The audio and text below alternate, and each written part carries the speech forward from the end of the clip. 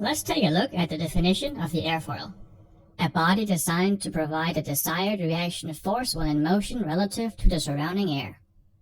An airfoil's job is to bend the air around it in a way which creates lift. Airfoils come in many shapes, the most common one being the symmetrical airfoil. A symmetrical airfoil will curve the airflow around it symmetrically. An asymmetrical airfoil will curve the airflow around it asymmetrically. Usually, the asymmetrical airfoil will have a larger curvature on the upper camber compared to the lower camber. It's important you familiarize yourself with airfoil phraseology early, as we use this to refer to the parts of an airfoil day to day. Let's go through it step by step. When you refer to the top side of the airfoil, use the phrasing upper camber and lower camber for the bottom part of it. The chord line is an imaginary line which goes in a straight line from the trailing edge to the leading edge.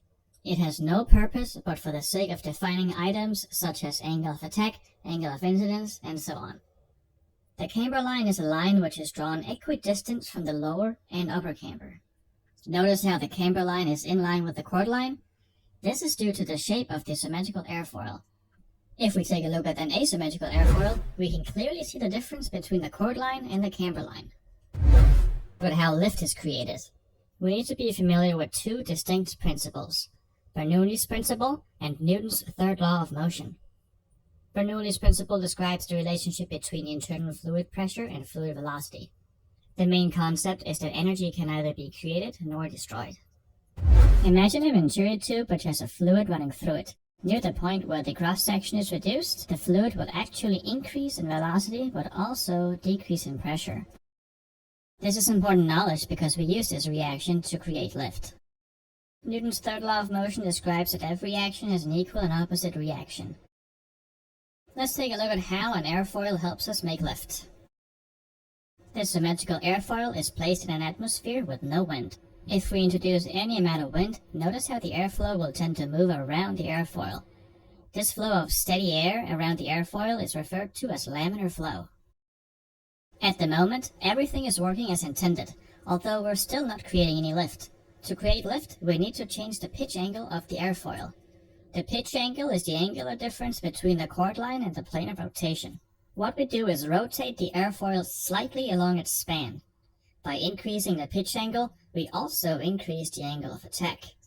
Angle of attack is measured by the angle between the relative wind and the chord line. The higher the angle of attack up to a point called the critical angle, the more lift we're able to produce. With the increase in pitch angle and therefore increase in angle of attack, the airflow along the upper camber has to travel a longer distance to reach the trailing edge compared to the distance the airflow along the lower camber has to travel. These two airflows will meet at the trailing edge at the same time. This means one of them have to speed up. It just happens that the airflow along the upper camber will have to speed up due to its longer travel distance. This in turn will cause a decrease in pressure along the upper camber. This is Bernoulli's principle. Now what we have is a pressure differential between the lower camber and the upper camber. This is very important because a high pressure has a tendency of moving towards a lower pressure. What you're looking at is the creation of lift.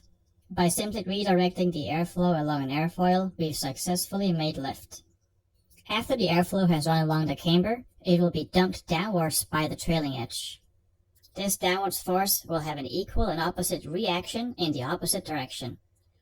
This is Newton's third law of motion.